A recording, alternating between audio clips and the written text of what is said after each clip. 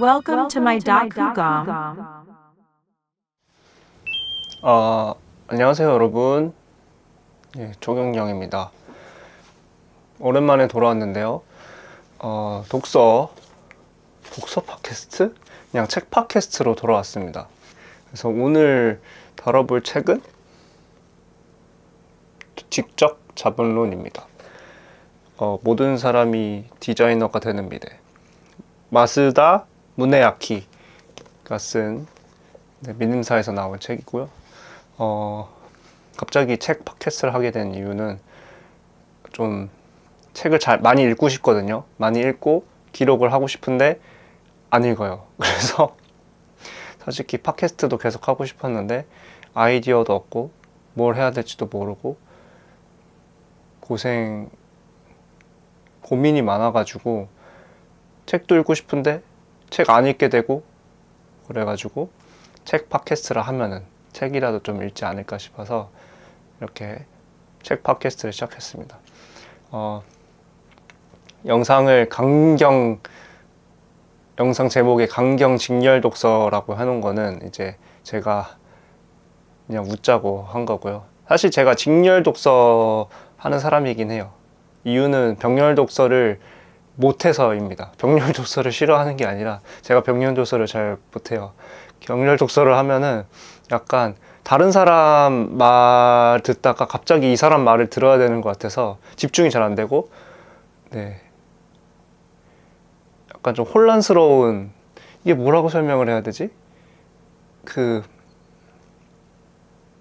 집중을 못 하는 것 같아요. 그래가지고 직렬 독서를 하고요. 병렬 독서를 하시는 분들을 제가 뭐라 하는 게 아니라 그냥 저는 직렬 독서밖에 할 수 없는 사람이라서 강경 직렬 독서로 했습니다. 그래서 저는 영상도 배속으로 안 보고요. 사실 못 보는 게 맞는 것 같아요. 왜냐면 배속으로 보면 그게 무슨 내용인지 기억이 하나도 안 남아서 저는 강경 직렬 독서 그리고 배속 없이 영상을 보는 사람입니다. 그래서 그런 사람이 이제 책 좀 어떻게든 억지로라도 이를 읽어보자 해서 이 책 팟캐스트를 시작하게 됐고요. 그 전에 여러 가지 이것저것 많이 올렸는데 예쁘게 봐주셨으면 좋겠습니다. 그래서 이 팟캐스트는 독후감이 될 것 같아요. 또 제 이름에 후가 들어가서 독후감으로 이제 이 팟캐스트를 진행할 것 같고요. 아무튼 각설하고 책에 대해서 좀 얘기를 해볼까 합니다.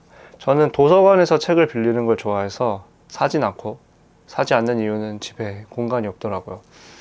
그래가지고 책을 사진 않고 도서관에서 빌려 읽는 그 느낌을 좋아하는데 기분을 좋아해서 도서관에서 빌려 읽었는데요. 서울 도서관에서 빌린 지적 자본론이고요.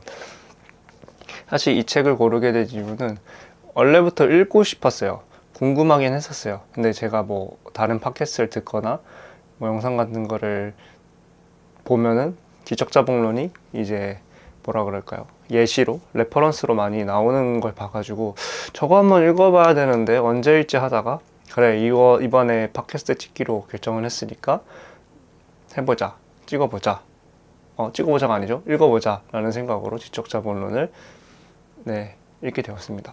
그래서 이런 식으로 책을 읽고 정리를 좀 했는데요. 이걸 좀 보면서 이야기를 해볼까 해요. 일단은 지적자본론에서 고객 가치를 대한 얘기를 하고 있는데 이게 조금 뭐랄까요, 신기했어요. 저는 약간 마케팅 이런 거 잘 모르거든요. 어떻게 해야 될지 모르고 그 감도 못 잡고 이런 식인데 이 고객 가치라는 걸 얘기하면서 그 마스네 무네야키가 그런 얘기를 하더라고요. 그러니까 결국은 사는 사람의, 그러니까 소비자가 편한 상태가 돼야 되는 게 고객 가치다. 그래서 예시로 든 게 이제 매장이 팔매자잖아요. 그러니까 파는 곳인데 그 팔매자를 사서 그 매장이 아니라 살 매자를 사서 사는 곳, 그런 매장이 돼야 된다고 얘기했을 때 그렇구나 라고 생각을 했습니다. 한 번도 그런 걸 생각을 해보지 않았는데 이렇게 이게 뭔가 사람들한테 결국 뭔가를 팔려면 그 사람들이 왔을 때 여기 그 공간이 편해야 되고 그 파는 곳이 아니라 사는 곳이라고 느껴야 더 좋겠구나 라는 생각을 처음 하게 돼서 그게 굉장히 신기하고 재밌었습니다. 그리고 이제 고객 가치에 대한 이야기들을 계속 강조를 하고, 결국은 사람을 그러니까 오는 사람들이 편하게 할 수 있는 것들을 꾸려내야 된다, 공간에. 그러니까 공간은 그렇게 기획이 돼야 된다 라고 얘기를 해서, 이런 식으로 해야 성공하는구나, 팔리는구나, 내가 왜 그동안 안 됐구나, 이런 것들을 좀 깨달을 수 있었던 시간이었어요, 독서를 하면서.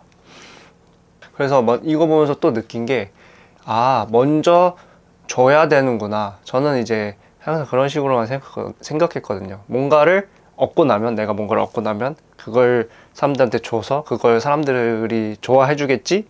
그런 식으로 생각을 했는데, 결국 그게 아니라 그 사람들한테 내가 가진 걸 먼저 줘야 되는구나 라고 알게 됐어요. 그러니까 뭐라 그래야 되지? 내가 가진 게 없어도, 지금도 아무것도 없지만요, 제가 그래도 갖고 있는 어떤 것들 하나를 이제 먼저 제공을 하면, 그러니까 그게 그 사람들을 위한 고객 가치인 거죠. 그 사람들한테 주면은, 고객 가치를 제공하면은 그 사람들이 나한테 받은 걸 통해서 나한테 오히려 주게 되는, 그리고 돈을 줄 수도 있고요, 아니면 좋아요를 줄 수도 있고요, 그런 생각을 하게 됐습니다. 근데 사실 지금 이 팟캐스트가 제가 고객 가치를 주고 있는 건지 모르겠어요. 아직 그 머릿속에만 있고 행동을 잘 하지 못하는 것 같은데, 어렵네요. 이게 잘 하고 있는 건지 잘 모르겠습니다. 아무튼 이런 고객 가치라는 부분에 대해서 그래도 어렴풋이 이해를 했던 것 같고요. 근데 읽으면서 정말 느꼈던 게, 신기했던 게, 뭐라 그래야 될까요? 이런 생각을 10년 전에 했다고? 라는 거를 많이 느꼈어요.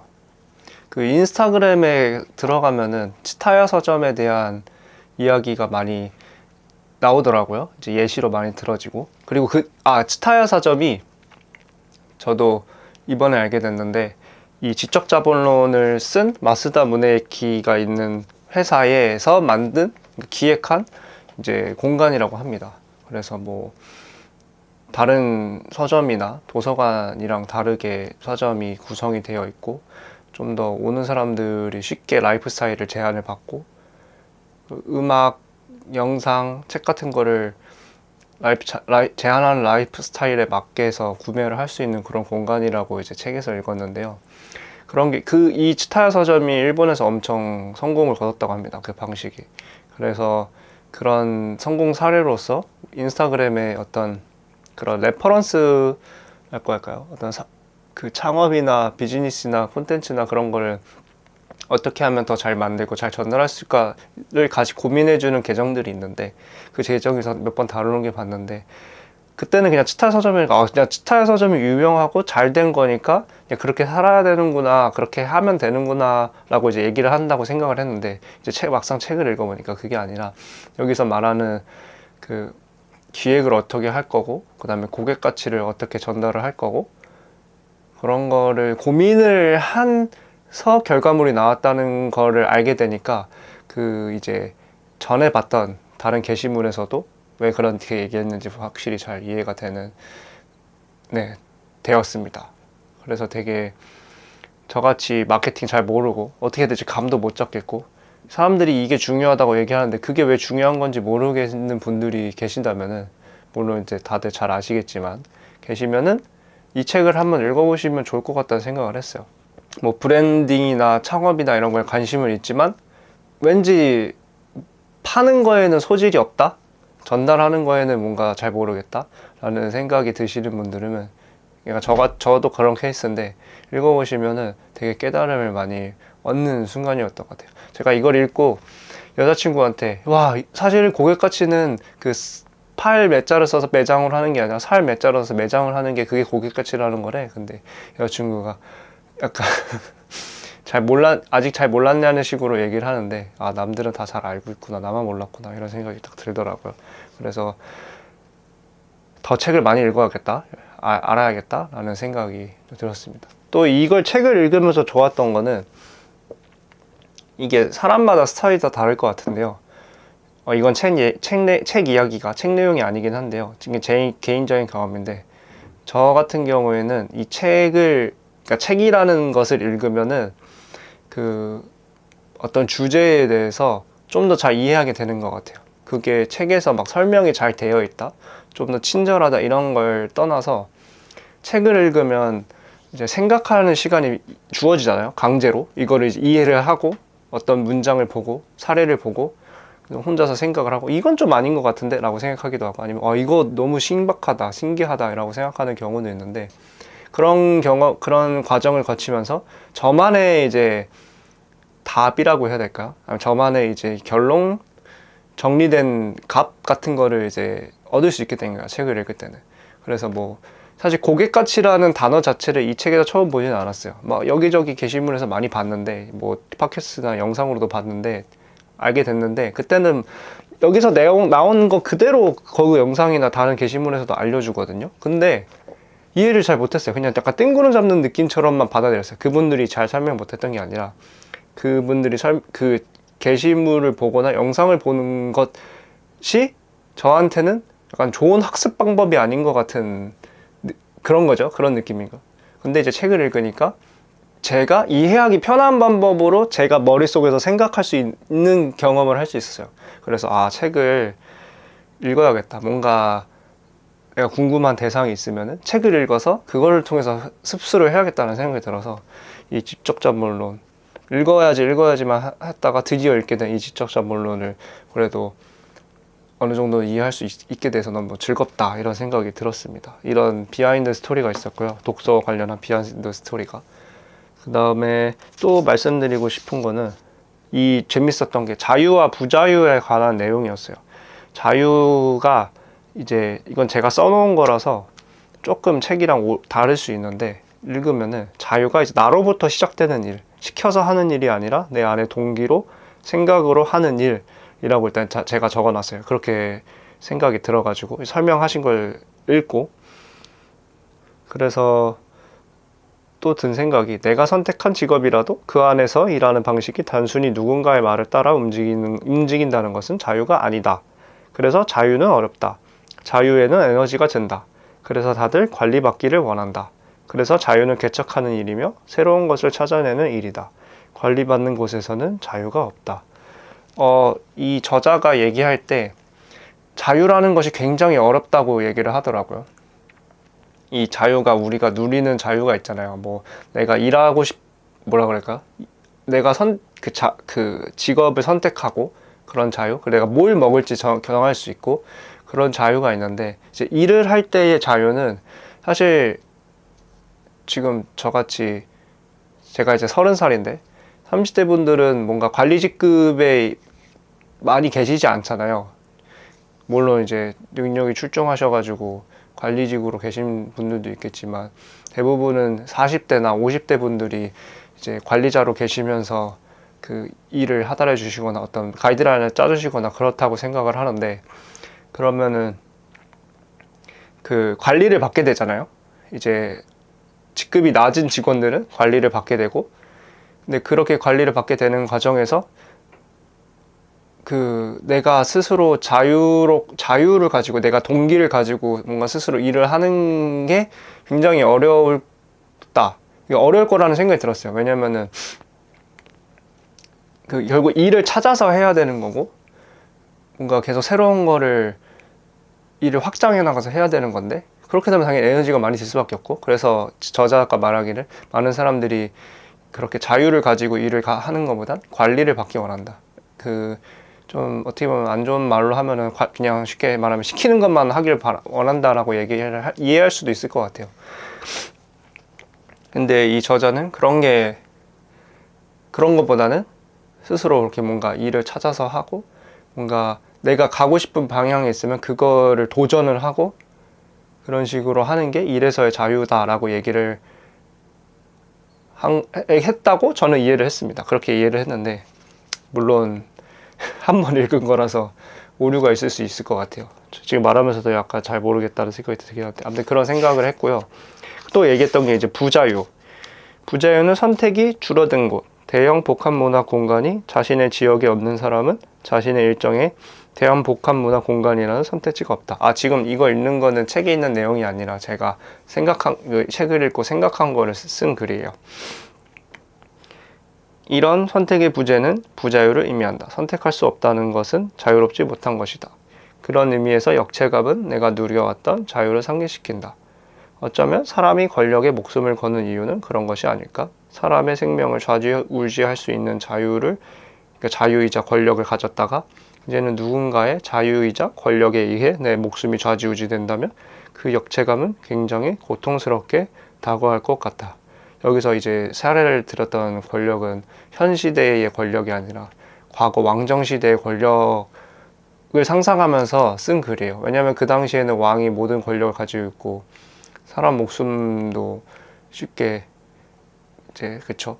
다룰 수 있고 그러다 보니 그리고 이제 그 가족 간에 칼부림이 나기도 하고 그런 거를 좀 떠올렸던 것 같아요. 왜 그런지 모르겠는데 그런 이미지를 떠올렸습니다. 이 부자유와 관련해서 갑자기 권력의 의지만 떨어져서 사실 책이랑 상관없지만요. 그리고 제가 썼던 글 밑에 또 적은 메모가 역체감, 우리는 지금도 상상을 통해 그 기분을 느껴볼 수 있다. 스마트폰 없이 어떻게 살았지? 쿠팡 없이 어떻게 살아? 선택지가 늘어났다는 뜻은 나의 자유가 커졌다는 뜻도 있겠지만 어쩌면 내가 어딘가에 종속될 가능성도 커졌다는 뜻일지도 모르겠다. 그러니까 자유가 늘어났지만, 그러니까 선택지가 늘어났지만 사실 마스네 무네야키가 말한 부자유는 이런 말이 아니었던 것 같아요. 그러니까 말 그대로 예를 들면은 커피와 차라는 옵션이 있는데 어느 마을에는 차를 아예 안 팔고 커피만 파는 카페만 있다고 했을 때는 저는 차를 마실 자유가 없는 거잖아요. 근데 그거를 자연스럽게 받아들이게 되는, 당연시하게 받아들인다는 거죠. 그러니까 내가 부자유한 상태에 놓여 있지만 그거를 부자유하다고 느끼지 못하는 상태를 해서 조심해야 된다라고 얘기를 했었던 것 같은데 그런 이야기지만 근데 저는 여기서 그냥 책 읽다 보면 그런 생각 들잖아요. 약간 뭐라 그래야 되죠? 딴 생각을 할 때가 있는데 그런 거에서 같이 넘어간 것 같습니다. 그래서 어쩌면 내가 선택지가 늘어났다는 게 근데 그게 너무 편리해져서 다른 선택지들이 약간 사라지는 상황이 된다면 어쩌면 그게 내가 오히려 더 부자유해지는 게 아닐까라는 생각이 들어서 자유와 부자유 라는 그에 좀 생각을 많이 해보게 됐던 것 같아요. 그리고 더 다음으로 말하는 건 이제 지적 자본의 시대인데 이 책 제목에서도 보듯이 지적 자본의 시대, 지적 자본론이죠 제목이. 지적 자본의 시대가 된다고 하는데 이 마쓰다 무네야키가 현 시대를 서드 스테이지로 이제 정의를 하더라고요. 이것도 이제 다른 팟캐스트에서 들었을 때는 그냥 그렇구나라고 생각했는데 이제 책을 읽으니까 확실히 더 이해가 잘 되는 것 같아요. 이제 퍼스트 스테이지가 있고 세컨드 스테이지가 있고 서드 스테이지가 있다고 얘기를 하더라고요. 퍼스트 스테이지는 이제 만들면 무조건 팔리는 시대. 그러니까 예를 들면은 옛날 조선 시대라든가 그 이전의 시대는 물건이 공급이 이제 한정돼 있으니까 그리고 막 대량 생산이 안 되니까 기능만 있으면은 이제 물건을 팔 수 있었던 시기라고 하더라고요. 예를 들면 이제 컵은 그냥 물만 안 새면 되는 그런 수준이었다고 얘기를 하고 그 다음에 세컨드 스테이지는 이제 산업혁명이나 경제발전으로 대량 생산이 가능해지면서 이제 물건이 많이 나오게 되는데 그때는 이제 그 물건이 단순히 기능만 가지는 게 아니라 이제 기능은 당연히 전제로 있어야 확립이 돼야 되고 그 다음에 디자인이 이제 부가가치로서 들어간다. 이게 예쁜 걸 사게 되는 거죠. 그런 식으로 얘기를 하는 것 같아요. 그리고 플랫폼의 시대라고 얘기를 하더라고요. 저는 이 플랫폼에 대해서 명확하게 설명이 안 나와서 이게 잘 뭐지? 라고 생각했는데 그냥 제가 이해하기로는 플랫폼이란 게 그 슈퍼라든가 슈퍼마켓이나 백화점 같은 것들 그러니까 어디서 어떤 물건을 팔지 그러니까 물건을 어디 모아놓으면 사람들이 글로 가서 물건을 사게 되잖아요. 말 그대로 매장이 생긴다고 생각하는데 그런 의미에서 플랫폼을 얘기하는 것 같아요. 그래서 그 플랫폼들이 많이 생겨났고 사람들이 거기서 플랫폼에서 물건을 사니까 그 플랫폼이 되게 중요해졌다 라고 얘기를 하더라고요. 물론 제가 말한 플랫폼이 그 플랫폼이 아닐 수도 있는데, 그렇다고 저는 이해를 해가지고 네, 그렇게 한번 글을 써봤고, 그 다음에 마지막에 있는 서드 스테이지가 뭐냐면, 그러니까 세컨드 스테이지에서는 기능이 전제가 된 거잖아요. 이미 기능은 다 확립이 되는 게 전제였고, 그런 것처럼 이 뭐라 그래야 될까요? 서드 스테이지에는 디자인조차도 이제 전제로 들어가는 거죠. 너무 디자인이 안 예쁘면은 사람들이 안 사게 되는, 왜냐면은 디자인이 좋은 제품이 너무 많으니까요. 그리고 플랫폼도 너무 많아졌으니까 이제 이게 일종의 플랫폼도 그렇고 디자인도 그렇고 일종의 전제처럼 돼버리니까 그 다음을 넘어가야 된다라고 마스다 무네야키가 얘기를 하더라고요. 이제 그게 서드 스테이지고, 서드 스테이지에서는 이제 라이프 스타일을 제한을 해야 된다라고 얘기를 하더라고요. 라이프 스타일을 제한을 하는 이유가 뭐냐면 그거를 안 적었나 봐요. 라이프 스타일을 왜 제한해야 되는지는 안 적었네요. 기억이 안 나는데. 아무튼 라이프 스타일을 이제 제한을 해야 된다고 얘기를 하더라고요. 아마 라이프 스타일을 제한하는 이유는 이제 어떻게 살 것인지가 더 중요해지 시대가 돼서 그러지 않을까라고 생각을 해요. 예전에는 먹고 사는 문제가 제일 크고, 뭐 지금도 제일 크지만 그게 사실 삶의 대부분을 차지하는데, 지금은 그래도 그 지구 자체가, 이 인류 자체가 많이 풍족해졌고, 물론 아직 가난하고 전쟁의 수마에서 전쟁의 마수에서 빠져나오지 못하는 나라들도 있지만, 많은 나라들이 과거에 비하면 훨씬 잘 살게 됐고, 그러니까 근데 여유가 생긴 거죠. 그러면은 이제 사람들이 나는 어떤 방식으로 살아야 될까를 고민하게 되는 것 같아요. 지금 저도 그렇고요. 어쩌면 패션이란 것도 그렇지 않을까요? 옛날에는 그냥 형이 입었던 옷 물려 입고, 그냥 다 같이 똑같은 옷 입고 그냥 안 찢어지고 튼튼하기만 하면 되는 옷을 입었다면, 이제는 이 옷을 통해서 나를 표현하려고 하는, 그리고 그 표현하는 그 어떤 장르라고 해야 되나요? 그 분야가 스타일이 엄청 다양해졌다는 거. 그래서 어떤 사람은 뭐 고프코어를 입고, 어떤 사람은 발레코어를 입고, 또 기억이 안 나네요. 또 어떤 사람은 좀 되게 힙합을 좋아하는 그런 룩으로 입고, 뭐 펑크하게 입고, 사실 패션 잘 모릅니다. 그냥 단어를 짜 맞추는 거예요. 이해해 주시면 좋겠습니다. 잘 모르지만. 그런 것처럼 어쩌면 라이프 스타일을 제한하는 이유도 사람들이 이렇게 나는 어떻게 살 건가를 고민하기 때문에, 이 다음 거를, 그러니까 자기가 갖고 있는 거를 팔기 위해서는 그 라이프 스타일을 제한을 해야 되지 않나? 라는 꼭 이해를 했던 것 같습니다. 그래서 이제 결국은 아무튼 마쓰다 무네유키는 라이프 스타일을 서드 스테이지에 제한을 해야 된다고 얘기를 하고 있고, 그러면 이제 그게 지적 자본이랑 무슨 상관이라고 이제 생각이 되는 것 같아요. 그럼 지적 자본?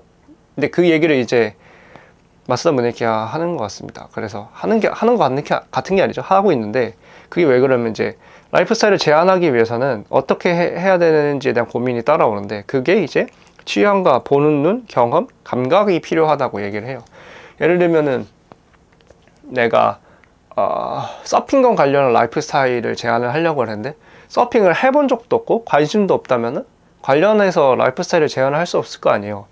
그러니까 서핑 관련한 어떤 라이프 스타일 제안을 하려면 내가 관심이 없더라도 서핑을 잘 하고 좋아하고 그 문화에 대해서 잘 아는 사람을 직원으로 데려와야 이제 그거에 대한 제안을 할 수 있을 거 아니에요. 그래서 마쓰다 무네야키는 이런 취향, 보는 눈, 경험, 감각 등을 지적 자본이라고 규정을 하더라고요.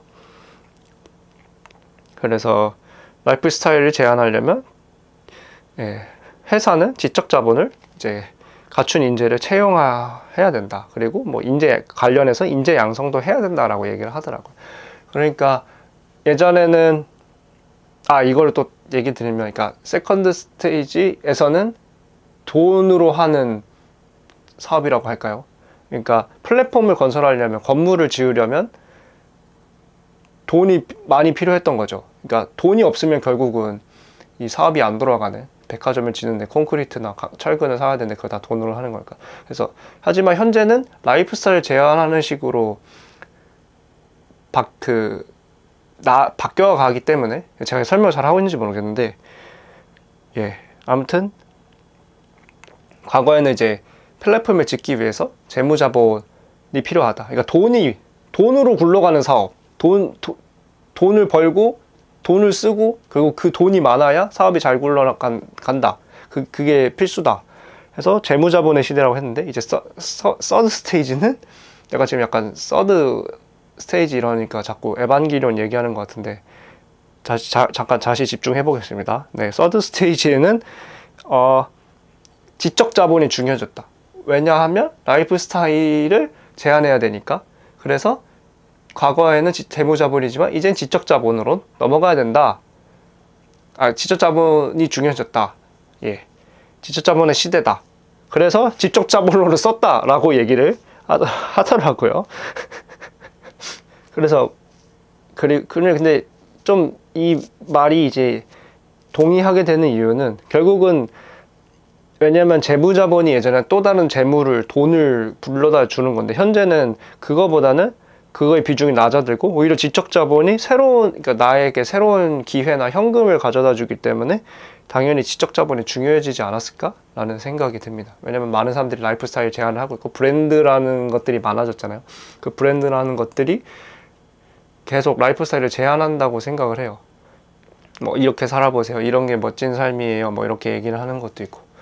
그런 시대이기 때문에 지적 자본이 중요해질 수밖에 없겠구나 라는 생각이 듭니다. 또 지금 보면은 되게 자기만의 특별한 감각으로 그 작은 인스타 매거진 운영하시는 분도 있고 브랜드도 그리고 운영하시고 뭐 패션 브랜드 같은 운영하시는 분도 계시니까 어쩌면 정말 그런 게 정말 중요해지는 시대에 살고 있지 않나 라는 생각이 들었습니다. 그리고 또 기억에 남는 게 사실 꿈만이 이루어진다. 이 문장이 너무 멋있어가지고 가져왔어요. 사실 꿈만이 이루어진다. 이제 이 문장을 쓰게 된 이유를 제가 또 적어봤는데요. 멋진 문장이나 적어보았다. 주변에서 꿈 같은 이야기라며 비웃을 때가 있다. 하지만 그게 꿈이 아니라면 이루어진다 해도 무슨 의미가 있는가? 꿈이기에 이루어지는 것이다. 그 외의 것들은 이루어지는 것이 아니다. 도달하는 것이다. 이거는 이제 제가 썼다고 하는 것보다 그냥 제가 머릿속에 있는 내용들을 이제 정리를 한 거고요. 기록을 한 거고, 이제 마쓰다 무네키가 결국은 오직 꿈만이 이루어진다. 꿈이니까 이루어지는 거다. 꿈이게 이루어지는 거다. 그런 식의 뉘앙스를 전했던 것 같습니다. 이거 찾아봐야겠네요. 이거 기억이 가물가물해가지고 이거 괜히 이상한 거 전했다가는 큰일 나니까. 오직 꿈만이 이루어진다. 어딨지? 오직 꿈만이 이루어진다. 어디 있을까요? 오직 꿈만이 이루어진다가 아니고 사실 꿈만이 이루어진다 입니다. 우후, 왜 안 보이지? 오, 찾았습니다. 이제 츠타야 서점을 이제 만들고 나서 이제 이 마쓰다 무네유키가 포인트 관련한 카드 사업도 하는데요. 이제 예를 들면 우리나라도 CJ 포인트 있고 롯데 포인트 이렇게 있잖아요. 근데 뭐 예를 들면 일본에는 뭐 그런 포인트들이 쫙 있는데 그런 모든 포인트를 하나로 합쳐가지고 쓸 수 있는 카드가 있으면 어떨까라는 생각으로 그 포인트 사업을 했다고 합니다. 그러니까 통합 포인트 카드를 만들었나 봐요. 그래서 그 사업을 하는데 처음에는 그거에 대해서 비웃었다고 해요, 사람들이. 그래서 그 문단을 읽어드리고 싶은데, 그래서 만약 모든 상점에서 한 장의 카드로 포인트를 결제할 수 있으면 얼마나 편할까 하는 생각을 하게 된 것이다. 물론 그 당시에 그런 꿈 같은 카드는 없었다. 그러나 없다라는 이유로 포기해서는 아무것도 시작할 수 없다. 없다면 만들어내면 된다. 사람들은 그런 나를 보고 그런 꿈 같은 일을 하며 비웃었다. 그런데 가만히 생각해보면 그런 비난이 더 우습다. 사실은 꿈만이 실현되기 때문이다. 멋있지 않나요? 사실은 꿈만이 실현된다.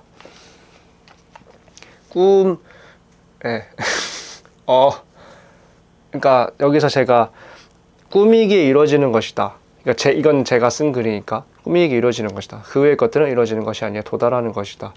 그러니까 결국은 이거를 할 수 있겠어라는 그런 불안도 있고 어떤 마음이 들지만 그런 시선을 받을 때고 있고요. 하지만 그거를 계속 밀어붙일 수 있는 어떤 동기가 되는 말인 것 같아요. 꿈이니까 이루어지는 거야. 그냥 이루어졌으면 그건 꿈이 아니다 라는 말이 되기도 하지만 아무튼 그런 식으로 동기부여를 해서 나갈 수 있다는 말을 얻은 것 같아서 저는 굉장히 좀 감격스러웠습니다. 사실 꿈만이 이루어진다. 꿈이니까 이루어지는 거다. 꿈이니까 불가능해 보이지만 사실 그래서 꿈이니까 이루어지는 거다. 예. 라는 얘기는 그만하고 다음으로 또 얘기를 넘어가도록 하겠습니다. 이제 휴먼 스케일의 이야기가 또 나오는데요. 결국 인간이 편해야 된다라는 관점으로 츠타야 서점의 공간을 기획을 했더라고요. 정확하게 어떤 지점인지는 기억이 안 나는데 하코다테 츠타야 서점입니다. 홋카이도에 있었던 지점인가? 정확하게 기억은 지점이 안 나는데요. 건축을 할 때 이제 좀 휴먼 스케일, 사람이 편하게 공간에서 편하게 방식을 느낄 수 있는 그런 식으로 건축을 했다고 합니다. 그 츠타야 서점을 지을 때요. 그 새로운 츠타야 서점을 지을 때. 그래서 이제 원래 유명하던 츠타야 서점에 새로운 지점이 나왔으니까 방송국에서 취재로 왔는데 항상 그런 얘기를 했답니다. 어떻게 여기를 전체 조망할 수 있는 한눈에 볼 수 있는 곳은 없으니까 했는데 그 마쓰다 문예기가 없다고 얘기를 했대요. 이제 근데 그걸 그렇게 한 이유가 뭐냐면은 한눈에 볼 수 없는 지점이 그러니까 이렇게 큰 공간인데 한눈에 볼 수 있는 그 지점이 없는 게 이제 어떤 식으로 그러니까 길이 다 약간 좀 골목처럼 막혀 있나 봐요. 돌아가게 돼 있거나 어떤 벽으로 막혀 있거나 그렇게 지었나 봐요. 그러니까 어딘가를 한눈에 딱 바라볼 수 있는 그런 지점이었겠죠. 근데 그거를 그렇게 한 이유는 이걸 츠타야 서점을 새로운 츠타야 서점을 이제 그 건축하게 된 그 건축가가 하는 말이 사람은 너무 큰 공간에 방치되면 넓은 공간에 방치되면 불안함을 느낀다라는 그 얘기해서 그렇게 했다고 합니다. 그러니까 이런 게 이제 마쓰다 문예기가 가진 휴먼 스케일에 대한 철학인 것 같아요. 그래서 결국은 고객 가치를 높이기 위해서 사람이 왔을 때 편안함을 느끼도록 하는 것이 중요하다라고 계속 얘기를 해주는 것 같습니다. 이런 사람에게. 그래서 또 이 휴먼 스케일 관련해서 짧게 써봤는데요. 인간이 편안한 것을 기획하고 구현해야 한다. 왜냐하면 이 세상의 모든 건 인간을 대상으로 만들어지는 것이니까 라는 생각이 들었습니다. 물론 반려동물 제품이나 간식이나 음식이나 이런 거는 인간을 위한 게 아니긴 하지만 아무튼 많은 것들이 대부분의 것들이 인간을 대상으로 만들어지니까 이런 휴먼 스케일에 대한 마인드를 가지고 있어야겠다라는 생각이 들었습니다. 또 그 외에는 이제 행복과 부산물에 대한 얘기인데요. 그리고 뭐 라이프 스타일에 대한 저의 생각 이런 것들이 있습니다. 이제 행복에 대한 얘기도 했는데 마쓰다 문예기가 행복은 쇼울에서 오지 않는다고 얘기를 하더라고요. 그래서 그거에 대해서 또 든 생각을 적어봤는데요. 인간은 우리 자신을 좀 더 면밀히 살펴볼 필요가 있다. 우리가 어떤 것을 바라고 어떤 것에 행복을 느끼는지. 행복을 위해. 그러니까 AI가 나타나고 이제 키오스크가 있고 그런 것들이 있으면서 되게 효율적으로 모든 게 돌아가기 시작하는데 과연 인간은 거기서 행복함을 느끼는가? 라는 거에 대한 의문을 의문을 주더라고요. 지금 생각만 해도 과연 스마트폰이 있었을 때와 있지 않았을 때에 비해 뭐가 더 행복할까에 대해서는 정확하게 답을 잘 못 내리겠어요.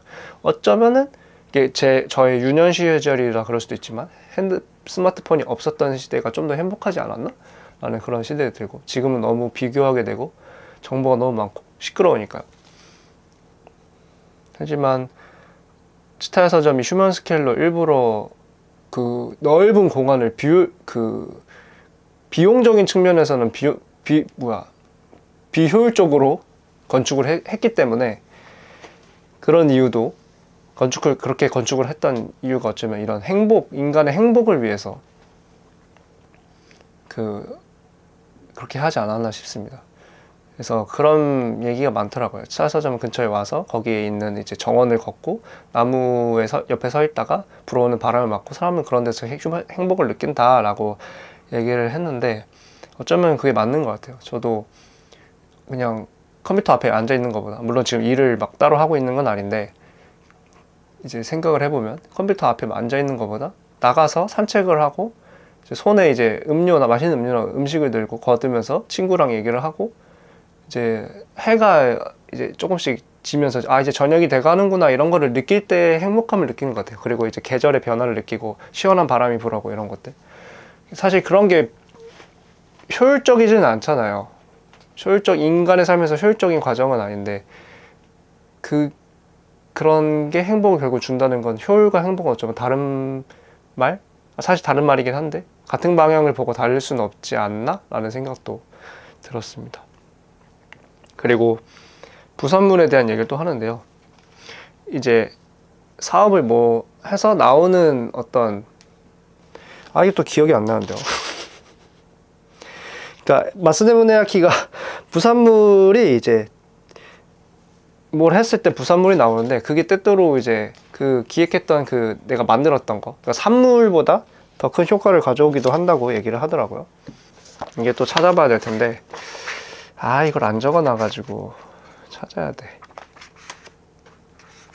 부산물이 행복감을 낳는다라는 얘기를 하는데요. 찾았습니다. 이제 아스나무네야키가 예시로 든 게 이 우키요의 판화에 대한 예시를 들더라고요. 이제 자포니즘이라는 사조라고 해야 되나요? 정확하게 모르지만 그런 게 있다고 합니다. 이제 근대 시절에 이제 유럽 쪽 서방권에서 이제 일본의 어떤 영향을 많이 받아서 그런 게 이제 예술적으로 서방의 예술 안에서 이제 표현이 되는 그런 시대가 있다고 했는데, 그거의 어떤 단초가 된 어떤 사례를 이제 우키요의 판화가 그려진 이제 포장지에 대해서 설명을 하더라고요. 그러니까 일본에서 옛날에 이제 도자기를 많이 사람들이 사갔는데, 유럽 상인들이 많이 사갔는데, 그때 도자기 깨지지 않게 해야 되니까 포장지가 필요하잖아요. 뭐 이제 신문지 같은 거 줄줄 만들지 그런 게 필요했는데, 당시에는 싼 그런 종이가 필요하니까 그냥 이 우키요의 판화가 대중예술이라서 많이 대량으로 인쇄가 됐나 봐요. 그러니까 뭐 쉽게 구할 수 있고 가격도 싸니까 그걸 포장지로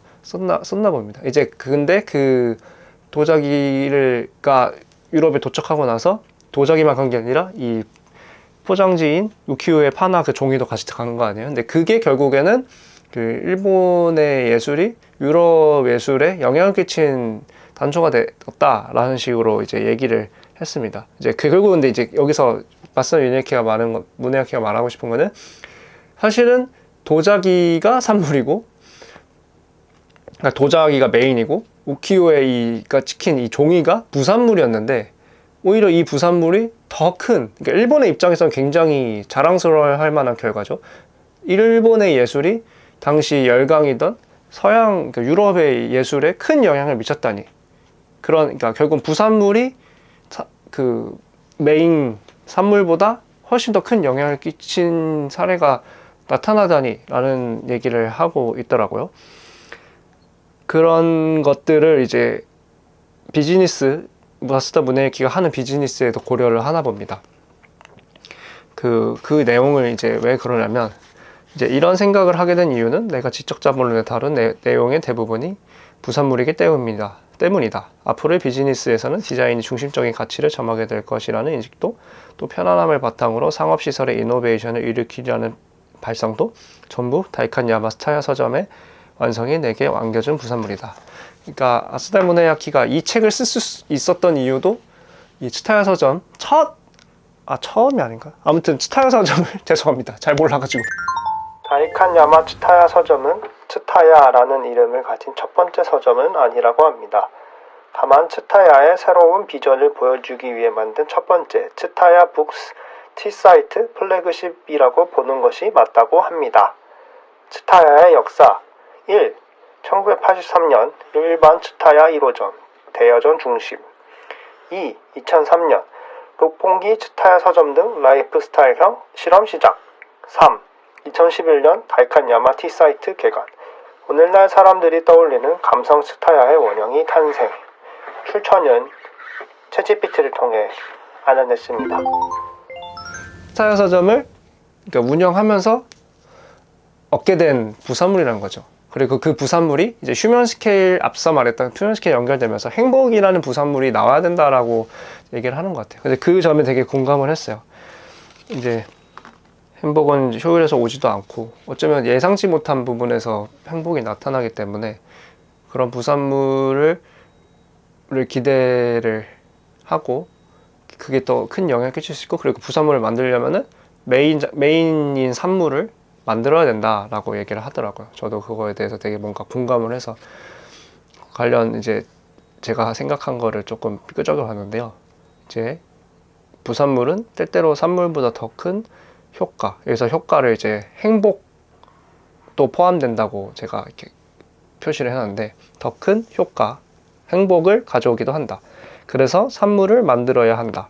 왜냐하면 부산물은 산물로부터 오니까. 그래서 우리는 무언가를 기획하고 디자인하고 구현하고 만들어야 한다. 더 행복해지기 위해서. 내가 만든 산물의 부산물이 행복이라면 얼마나 행복할까? 네. 자꾸 이렇게 그냥 끄적인 글을 읽으니까 뭔가 부끄러운데 그래도 이 팟캐스트가 저의 독서 기록, 독후감이기 때문에 한번 용기를 내서 적어보겠습니다. 얘기를 해보겠습니다. 네, 이런 내용이었습니다. 그러니까 결국은 지적 자본을 잘 갖춰야 되고 그걸 통해 세상이 바뀔 거고 앞으로의 시대의 비즈니스는 이런 거를 가져야 되고 휴먼 스케일이 필요하고 이런 것들을 이제 배울 수 있었던 독서 경험이었던 것 같아요. 그래서 라이프 스타일에 대한 얘기, 제한, 특히 라이프 스타일 제한에 대한 얘기가 굉장히 많이 나와서 그거에 대한 생각도 한번 적어봤습니다.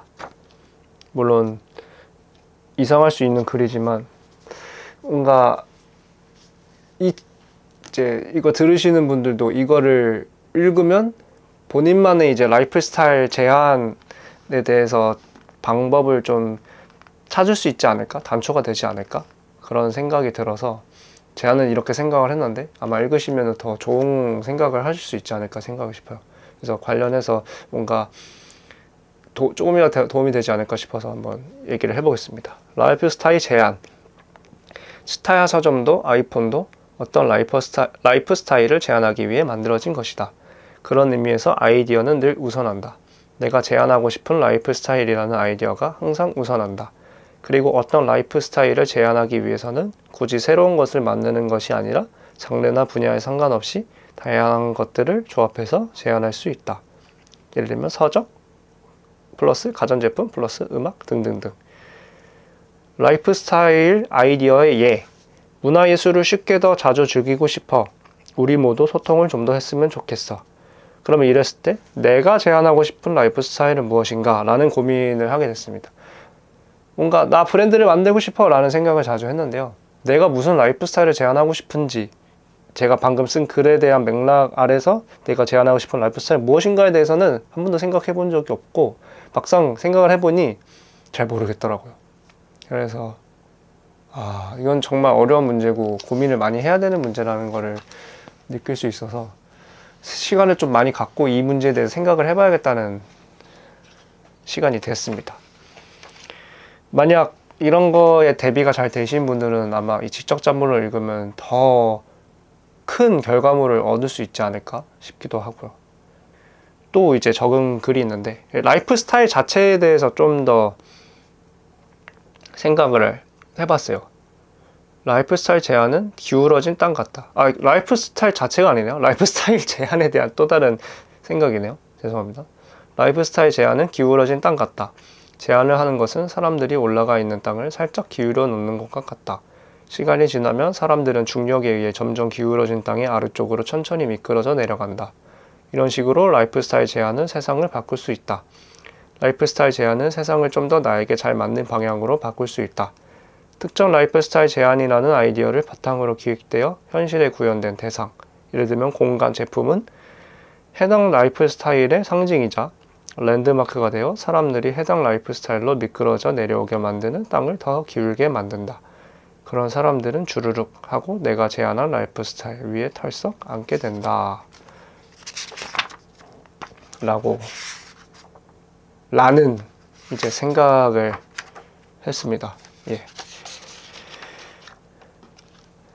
이렇게 저의 가볍고 사소한 독후감을 말해봤고요. 예. 뭔가 편하게 그냥 내가 느낀 것들, 생각한 것들, 저는 이 책이 이래서 좋았어요 라고 얘기를 하고 싶었는데, 그냥 제가 깨달은 것만 막 얘기를 한 것 같아서 조금 이게 잘 됐는지 잘 모르겠네요. 좀 부족하지만, 바보 같지만, 예, 죄송합니다. 죄송합니다. 다음 책은 조금 더 재밌게 진행을 한번 해볼게요. 지금 이거 처음이라서 약간 버벅이고 이게 맞는지 잘 모르겠는데, 아무튼 지적자본은 평소에 브랜딩에는 관심이 있었지만, 이제 라이프 스타일 제한하는 거에도 관심이 있었지만, 어떤 식으로 어떤 개념을 가지고 하면 좋을지에 대해서, 그거에 대해서는 잘 모르겠던 분들이 읽으시면 좋은 책이라고 생각을 하고요. 그 외에도 이 책이 많이 들었는데 읽어봐야겠다 생각했는데 아직 안 읽으셨다면은 네, 저는 추천하는 책입니다. 정말 재밌게 읽었고, 그 다음에 이건 좀 어떻게 보면 과장일 수도 있겠지만 나중에 이 책이 고전이 되지 않을까라는 생각도 했어요. 뭔가 비즈니스 관련이나 라이프 스타일 브랜딩 관련해서 고전이 되지 않을까라는 생각을 했어요. 왜냐면 저는 이게 2013년, 14년 그때쯤에 써졌다는 게 좀 놀라워서, 이게 책이 초판이 예, 1판 1세가 2015년에 나왔고, 책에서는 2014년에 목표로 뭔가를 준비하고 있다라고 얘기를 해서 아마 2013년, 12년쯤에 쓰지 않는 책인가 예상을 하는데요. 정확한 건 잘 모르겠습니다만, 아무튼 그때면 내가 중학교 3학년, 고등학교 1학년 이때인데, 그때 이런 생각을 했다고? 이때 이미 이런 걸 알고 있었다고?